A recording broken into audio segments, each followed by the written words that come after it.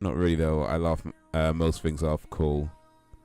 I laugh at least once a day. So yeah, I was listening to a webinar where the lady was saying that you should just like try to smile all the time. In terms of like just increasing your own general positivity. It's just good to smile, and like she was it was an exercise that she was saying where if you slouch, right, like slouch your shoulders and depress your voice and be like really like that, and then try saying something like I'm happy, I'm really happy, it doesn't really come out. But then the other opposite is that you sit up straight, keep your head straight, head up, have your shoulders back, all that kind of stuff, smile, and then try saying I am sad.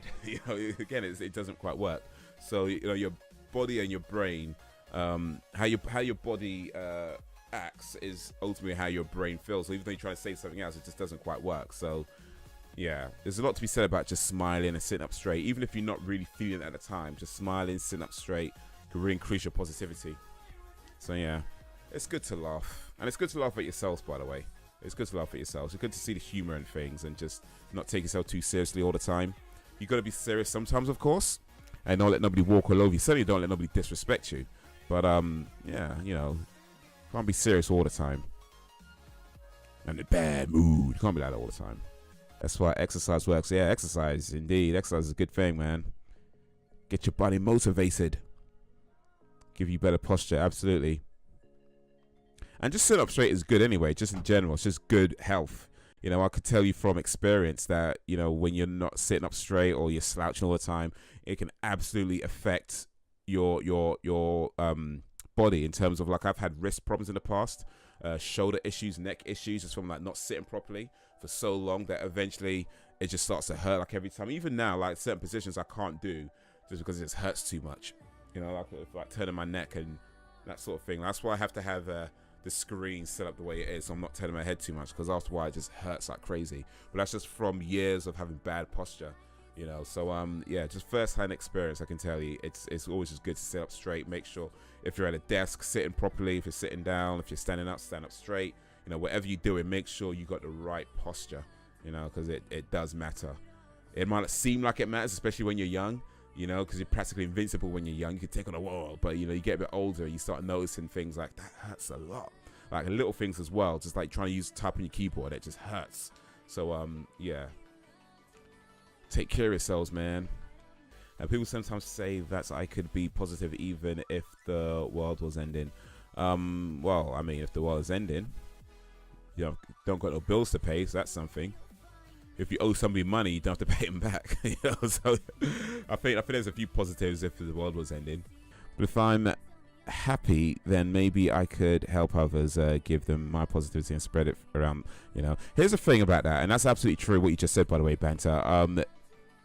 If it's like, when you're on an airplane, they say things like help yourself before you try to help others. It's exactly the same principle as that. Like, if you yourself are fine, then you are better positioned to help others. Like, when you are trying to do things in this world, it is so important to maintain a positive attitude, because look, we're all going to get sad, we're all going to get pissed off, we're all going to get depressed at various points in our lives at varying degrees.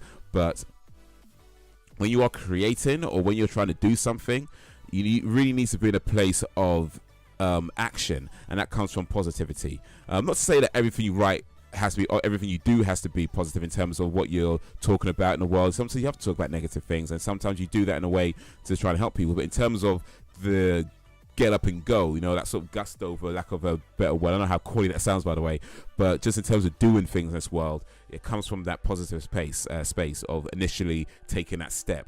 Positive, negative is regressive, positive is going forward. So yeah, absolutely try to maintain, and yeah, like I say, you're gonna feel sad. I'm not saying ignore sadness or ignore feelings. Never ignore your feelings. If you're upset about something, you need to acknowledge that, but ultimately try to get back to that positive space. When you feel those lulls in your emotions, think about what's going on, why do you feel this, what's causing you to feel that, and then how do you bring yourself back up again. Think about the steps of what you're doing and why you're doing it, and so on, and to get yourself back up to that place of positivity. To be honest, it's funny. It's funny because I often get like jolts of sadness and apathy. Well, yeah, it happens, man. It happens.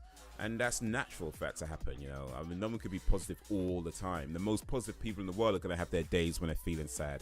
It happens, you know. It's not that you should never feel sad. So you acknowledge why you're feeling sad, and you look at what you need to do to come out of it. You know, what's causing your sadness, what's causing your apathy, and how do you come out of that, you know. It's very positivity in this jolly season. Yeah. I will say this about positivity, and just a lot of what I've learned about being positive over the last maybe month or so. I guess even going back before that. But a friend of mine is a life coach, and she runs an organization that she's actually self-employed, where she runs her own organization, and where she's a life coach. That's what she does as a business, and yeah, so she does that. She hosts these like monthly meetings, and she also does these webinars as well, which is the one I was referring to. And just puts stuff out on her Facebook and the Facebook page, and Twitter and which we've got Instagram and stuff. So yeah, I've been listening to quite a few of her webinars, and attending some of the meetings, and just trying to learn more about, not just about being positive, of course, because that's just only part of it, but also just in terms of doing things. I think that we all have an idea that, you know, we can, that when you're doing something, or when you're trying to do something, like you think, okay, we're doing this, but there's always, at least for me anyway, there's always in the back of my mind is that, am I actually doing enough, or do I just think I'm doing enough? And since sort of joining what she's done, one of the things that's been somewhat clear to me than it had before is that so I pretty much only think I'm doing enough, and I need to be doing more, you know. And so it's good to be around people where they can suggest things about, you know, what else can you do with your crafts, with your life, with your, you know, whatever it is you're trying to do. So it's good to be around, you know, sort of people like that. But yeah, I've definitely picked up quite a few things in a couple of months that I've been on her club. But yeah, it's been good. It's been interesting, and it's able to apparently I'm able to pass a little bit of that on, which is always cool too. It's funny, sometimes I just can't be positive because things happen, and I don't want to go into detail with my personal life. That's okay, you know. You can't be positive all the time, you know. It's just not always possible. So it's never about trying to be positive all the time. You need to acknowledge when things are wrong. You need to acknowledge when you're sad, when you're upset, when something's pissing you off, when you're angry. You know, you need to acknowledge those feelings. So very important you acknowledge those feelings. You need to feel that. You know, the emotions are telling you something. You know, so you can't ignore that something is wrong or something is not going the way maybe it should or whatever. You know, you can't ignore that. But ultimately, when you're in those emotions, you know, you look at, okay, why am I feeling this? What's caused me to feel this?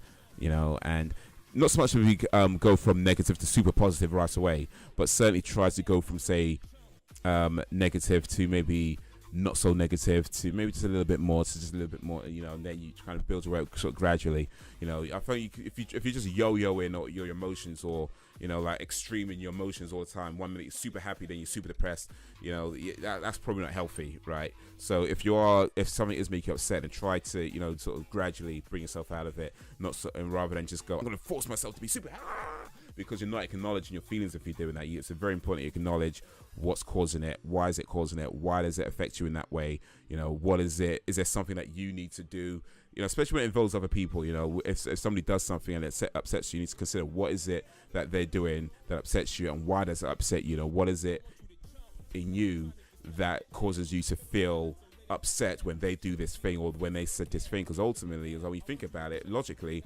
what other people do shouldn't affect you, right? Logically speaking, but it does, because because humans are more than logic. There's a connection, but you need to consider what is that connection, and why is it affecting you in that way. So gradually try to bring yourself out of that negative feeling, rather than just trying to force yourself into, you know, going to parties or doing this and doing that, and you just like crashing, you know what I mean? You go super high and you just crash, get super high and you crash, get super high and you crash. So gradually try to acknowledge it, bring it up, acknowledge acceptance, you know, go through those emotions, let yourself feel it, bring yourself out of it gradually.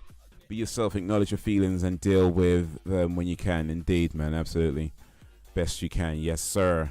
And if you need help, look for it. Oh, that's another thing as well. Absolutely, it's true. Yeah, if you don't never be afraid to admit that you need help. That's something that I struggled with for a long time as well. You know, yeah, I could do this. But you know what? admitting that you need help is one of the strongest things you can do.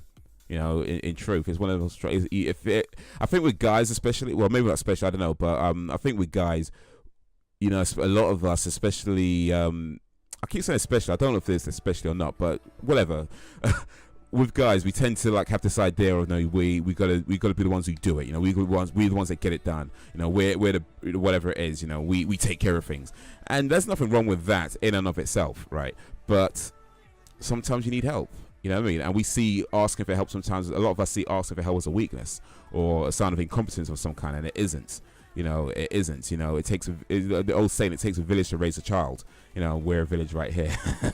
But yeah, it's an old saying, it takes a village to raise a child, and that could be adapted into other areas as well. Like, you know, nobody's on their own, and sometimes, you know, you look at anybody who's done anything, fundamentally they've had some kind of help. You know, maybe not the same help, or maybe not like, you know, directly or whatever, but there's been something along the lines that's given some kind of help, whether it's encouragement or whatever it was. But you know, it could be something minor help or whatever, but everybody has some kind of help. So never be afraid if you need help. You know, if you need to understand something, you should never feel like asking for help is a sign of weakness. It isn't. You know, to seek information and knowledge from people like who have that experience, you know, or have something that you could, you know, garner that from, then it's not a sign of weakness at all. It's actually a sign of strength, to say, well, actually, this is how we improve, or this is how I improve by asking, or, you know, looking things up and, you know, trying to find out as much as I can to make this better.